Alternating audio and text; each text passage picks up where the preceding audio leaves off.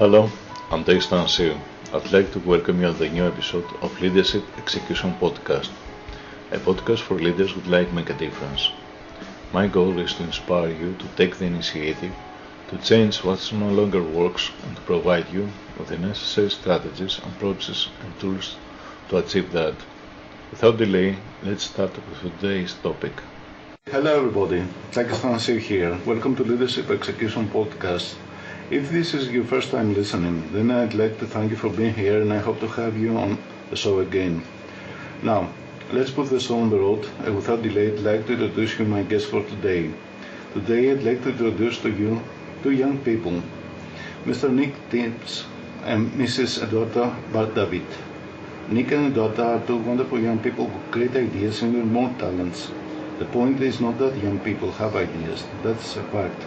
The point is that Nick and Eduarda had an excellent idea and learned how to make it happen. You see, Nick and Eduarda are the founders of Drag.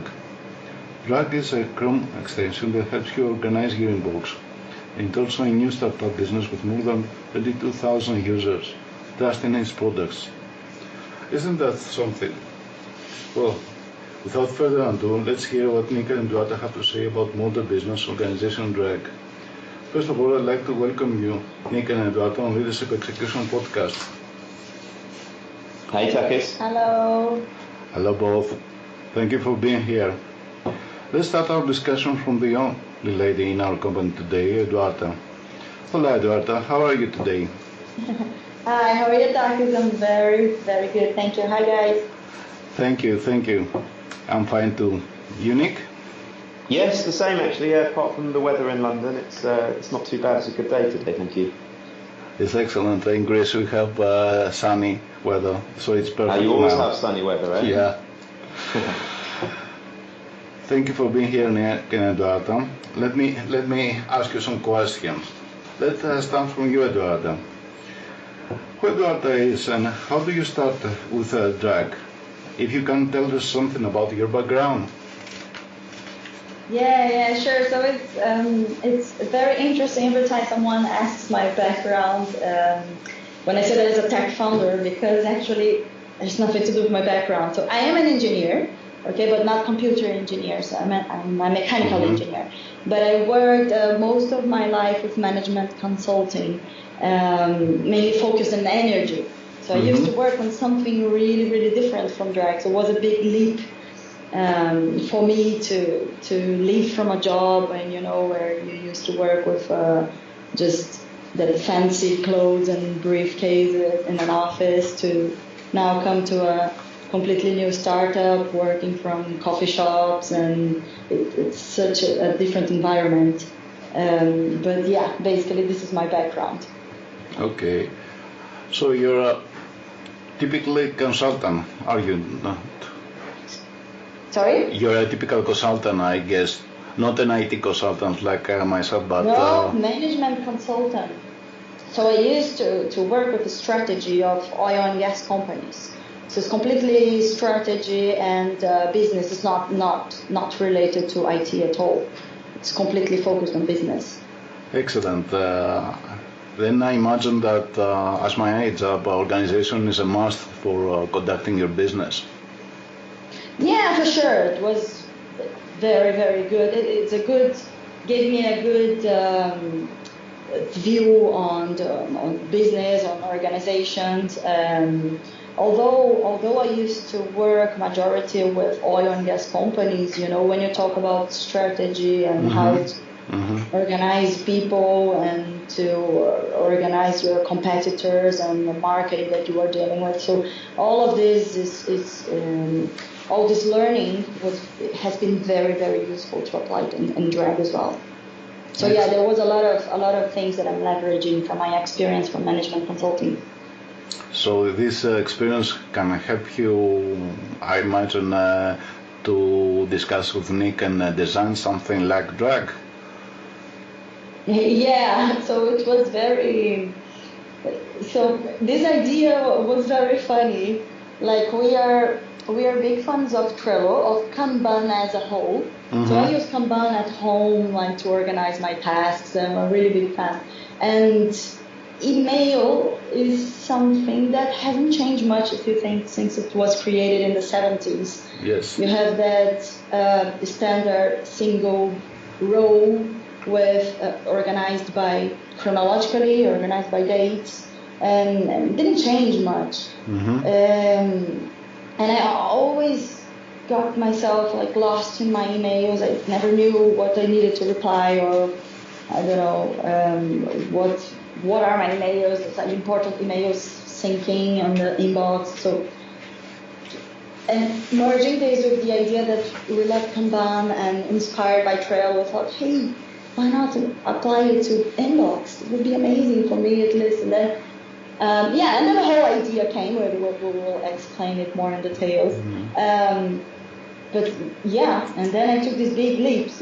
You know what? I've been working for the last few years in management consulting. Okay, I have a good idea on the strategy and business, but now I think it's time to build my own. And this partnership with Nick came in the perfect timing. And then Drag was born. Excellent. Let me ask Nick, what is his unique perspective, and what kind of background does he have? Mine's not as exciting as Duda's. I've been in London and in England the whole time, so she's been all over the world. And my background is always really doing my own things. I started digital agencies about 10 years ago, and you talk about us being young, but I'm not quite so young. Started digital agencies about 10 years ago and moved into software, so software as a service as of about 4 years ago. And I was really excited because historically, where I've dealt with digital agencies and our own online retail and things like that, I've been exposed to purchasing product and then trading product, and so the margin that you have is limited by obviously inventory and stock. So when I first stumbled across SaaS and realised that you develop a product and you retail it effectively under a subscription service where you don't have that direct attributable cost, it's amazing. So the model of SaaS is amazing, and obviously we see it everywhere now, and it's such an exciting industry to be in. So as of 3 to 4 years ago, I've launched a number of SaaS products. I've launched 3 different ones that are based in different areas of the UK. And they're successful now, they're profitable, and they've got good teams behind them that run those businesses. So as Eduarda was saying, as of I think it was March time, we started to launch the first MVP, so the first minimum viable product on Drag, and we haven't really looked back. It's been really exciting. It's starting to get some traction, it's starting to get some really nice numbers, so it's a good time to be here with us. I see, Nick, that you use a lot of lean methodology approach. I mean that your Linko defines a certain methodology that probably you follow. Kanban is part of this methodology, I imagine. Exactly that, yeah. Do you know what? And I've done that because, we've done that, because some of my historical learnings have been through failure. So over-investing in development and assuming certain features and assuming certain products and getting so far down the line on thinking that a product's correct before you launch it to the market, only to then realise that your assumptions are incorrect, and then you have to reverse engineer and pivot and change. So the learnings that Eduarda has and the learnings that I have, and we put those together, and now we're in a place that the way that we work with our customers and our users is to be agile and is to be very lightweight and is to introduce features based on what our customers are saying and iterate instead of having assumptions and building these big, cumbersome, robust products that aren't necessarily what the user wants. So that's reflected in things such as our public roadmap that we have on our website. At the bottom of the page you can see it, and seeing the engagement with over 1,000 users who are telling us problems, bugs, feature requests, and they're voting on all of these as well. So they're the people who are shaping the product for us, really, not ourselves.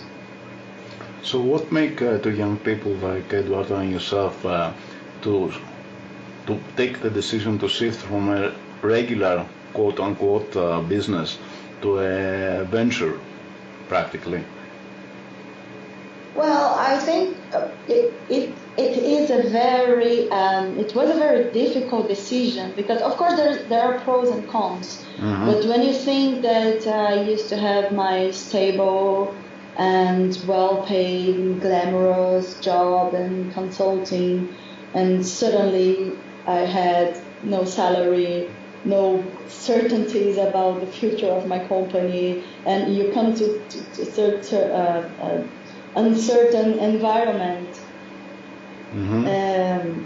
It's completely different. It's really tough. I think you need to be prepared. The thing is, you need to calculate your risks. So you need to have a plan. You know that you won't have a salary in the first month at least, and you can't guarantee that your idea will succeed.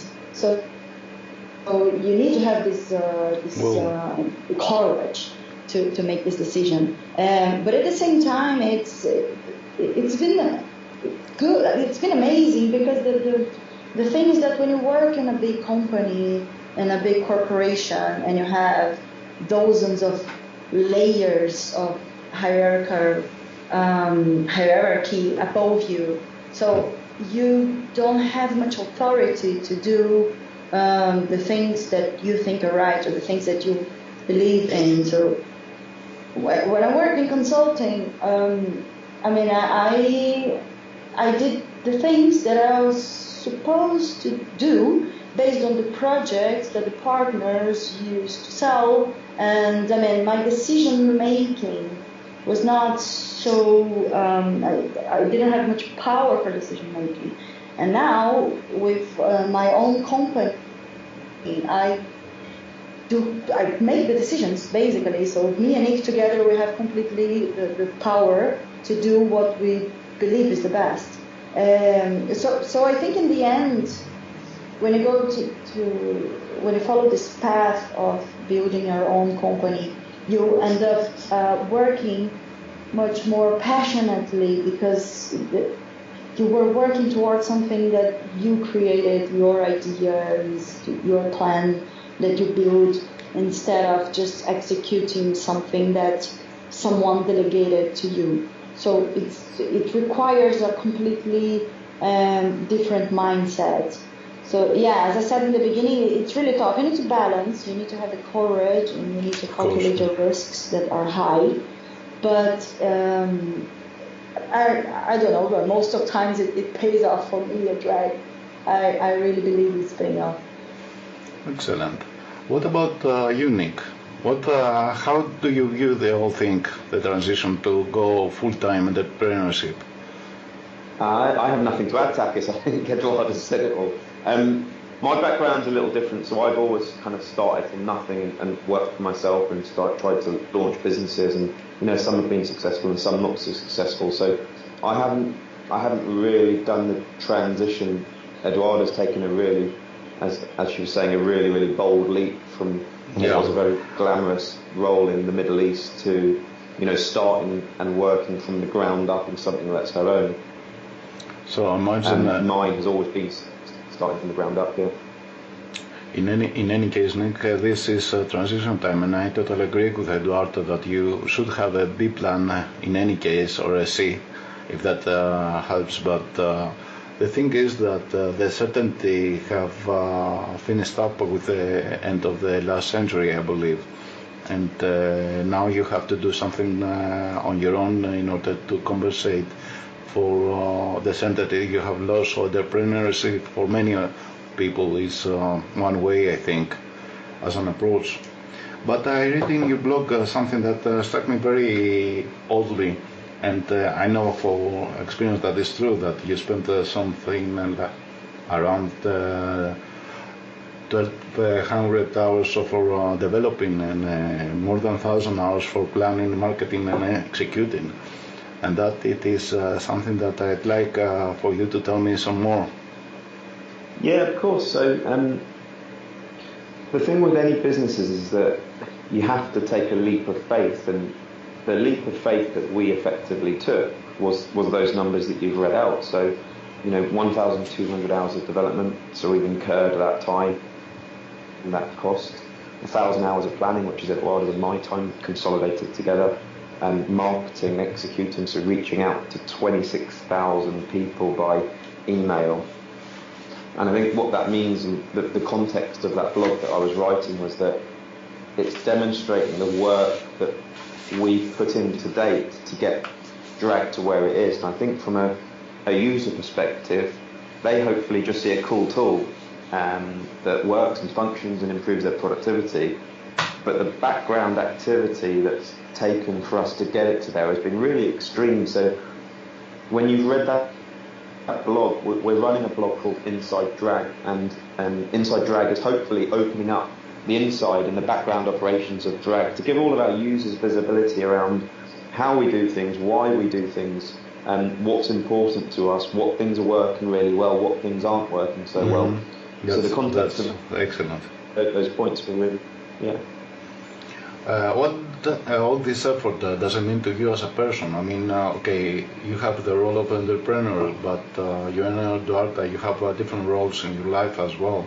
What does it mean you to be founders of a company in the startup and the early stages for you as a person? Eduarda, do you want to lead on this one? No? Okay. So for me, it's a hard one to explain. Actually, it's exciting, but it's sacrificial as well. So you there are other things in your life, of course, aside from work. And the problem, if we start with problems, the problem with having your own business and running your own business is that you're the one that's accountable for all of it. So what that means is that you can't have a finite 9-to-5 work habit. You can't necessarily have a finite 9-to-6 or 7 work habit. For example, with Drag, we have international team. So we have employees in Japan, we have employees in Brazil, we have our team in London, and we have a team in Brazil. And bear in mind, because that's so diverse, the hours are very diverse as well, and we're the accountable people that are there to support each one of our team, which means that our working day can be stretched very extremely, and by extremely I mean 7 a.m. in the morning, potentially through till 11 p.m. at night. So that's the professional life, which means the impact that has on the personal life can have an impact. But Eduarda? Yeah, just to add on top of what Nick said, that's completely true. So the times are a bit crazy, and you are completely accountable for your work, so you cannot have a fixed schedule.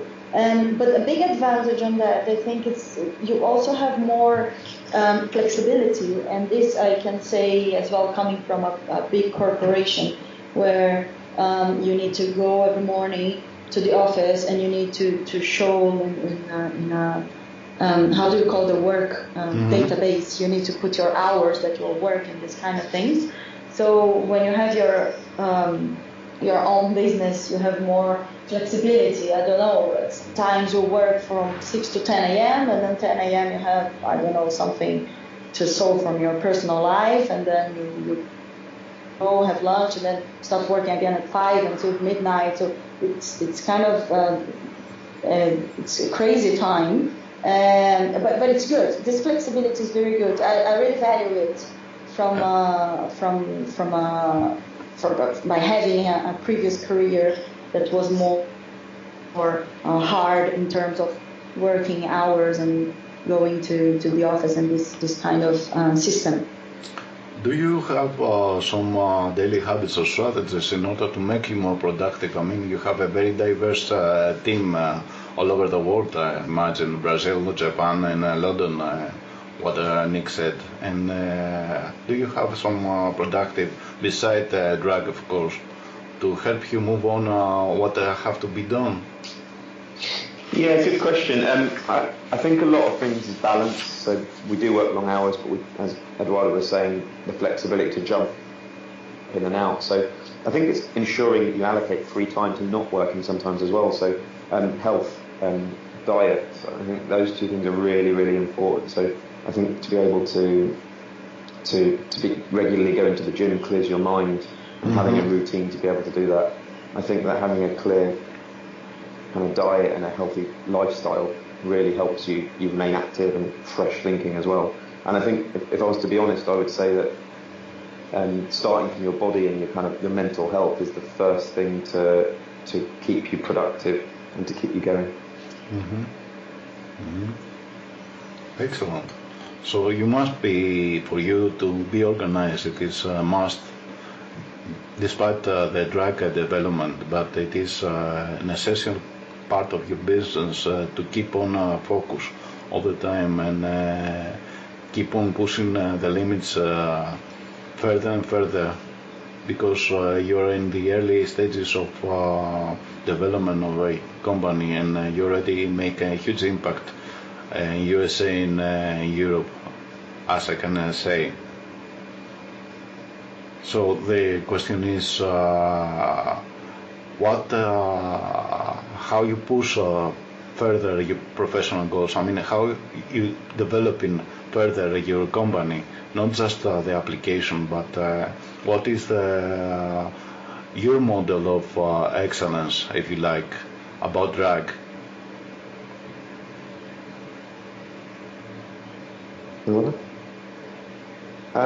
But to the model of excellence, that's a good question. We've got a couple of cornerstones that we want to do. We want to ensure that our customers are happy and excited. We want to ensure that when they use drag, it firstly delivers the wow moment, but then more fundamentally, it ensures that it makes them more and more and more productive. So our goals when it comes to developing the product is to introduce features that are genuinely going to free up users' time so that they can do things outside of work. People spend 6.3 hours a day every single day in their email, and Drag's ultimate goal isn't to make them work more, it's to make them more productive, to open up their time to other things so that they're not fundamentally staring at their computer for that 6.3. We'd love to get it down to 1 or 2 hours a day. So it sounds like a strange goal, but it's kind of fundamental to the direction we're trying to take as a business, and we're doing that. We're doing that all organically at the moment. We are, I don't know if we mentioned, we are raising investment at the moment to accelerate all this and hopefully make Drag the universal tool for people's inboxes generally. It is excellent because the inbox is a very huge impact on your daily business life, at least, and not say for the personal one. And this is becoming worse and worse if you're out of focus or you have too many demands to satisfy. For me, Gmail and Drag is now part of my toolbox, and I like it very much because it follows beside a methodology. I like as well the Lean methodology and Kanban. I like the gamification approach you have provided to that. That makes it more fun to use it. But what I have to ask is, in order to develop better your product, you need a lot of feedback. Is that something that you have a special department, or you both as founders receive the feedback from your users and try to teach, if you like, your users the better ways of being productive with Drag? Yeah, so this is a very interesting question, and this is something, as Nick mentioned earlier, it's extremely important for us. So we since day one, we built the product 100% based on what our customers want, as I said, and we have a couple of channels of communication channels with our customers today. So the main one is, I would say, is the Trello, is the public roadmap. So, that Nick mentioned, we had over 1,000 engagements of customers saying they're reporting ideas that they would like to see on Drag, and reporting bugs and other stuff, and they can follow on our plan and what we are developing now, and to have an idea on when the next features will be developed, and etc. And we have, of course, another communication channel is the mail, the standard ones. We also have a live chat on our website, so we always put a lot of effort to reply very quickly. So at any time, if you go to our website, if you have any questions, we'll be there.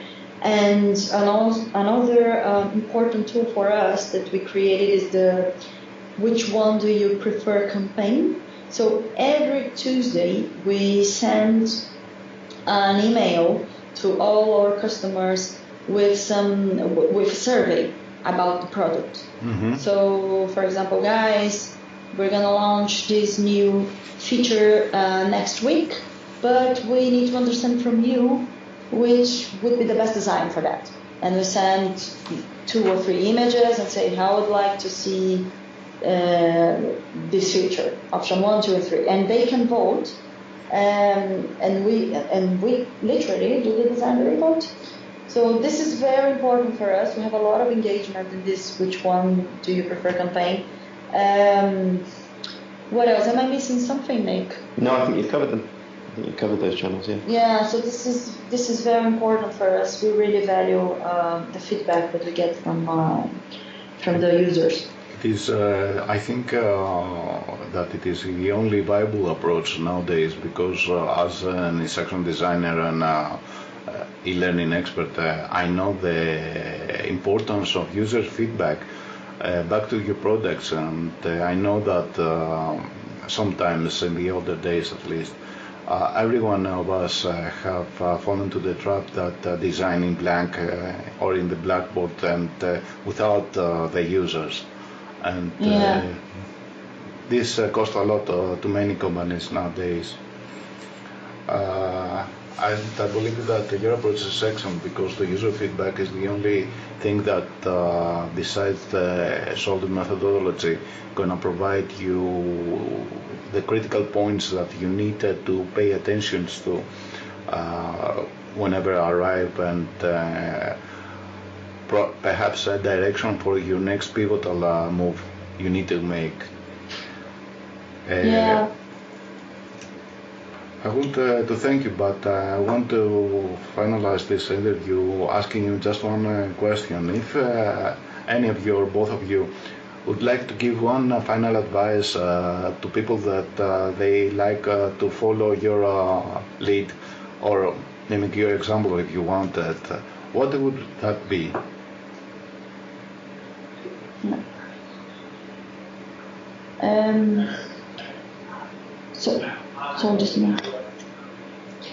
So first of all, if someone is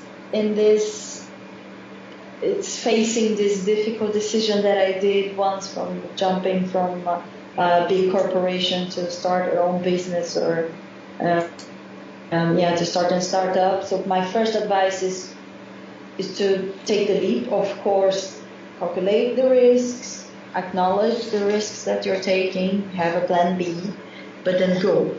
Don't feel like you need to have the courage. Don't feel intimidated,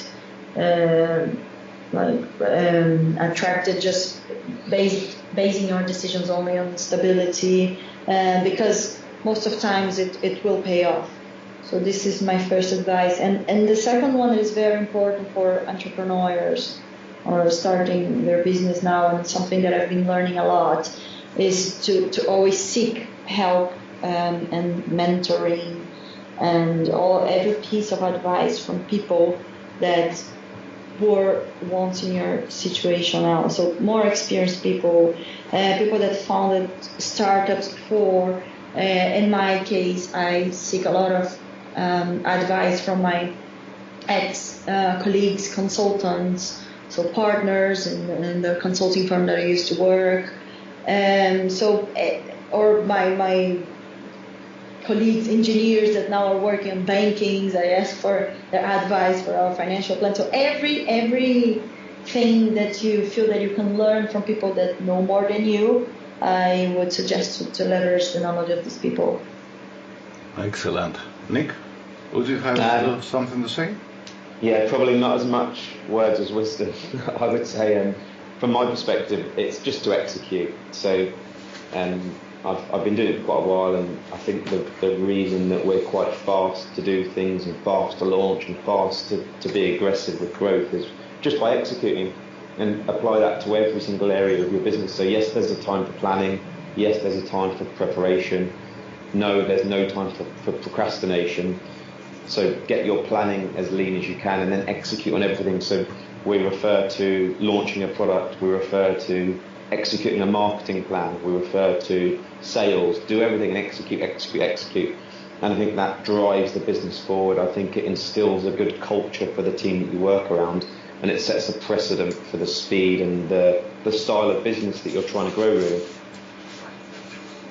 Excellent. So I keep the final key points by Eduarda. Take the leap and seek help and mentoring. And the one point of view, start planning and execute upon your plan. And I think it is the best advice I have had lately. I'd like to thank you for being here, and I hope we'll see you again in another interview. I hope it was the experience would be nice for you too as well. Yeah, massively so. Thank you so much, Takis. Thank you very much, Eduarda and Nick, and nice to have you here. Bye-bye. Bye-bye. Bye. Bye. Thank you all for listening today. I'd love to see you at the next episode of Leadership Initiative Podcast. If you have a question or a comment, please send me a message at my site, takistamasiv.com. Until next time, take the initiative, become the person you want to be. Start now and make a difference. Thank you all for listening.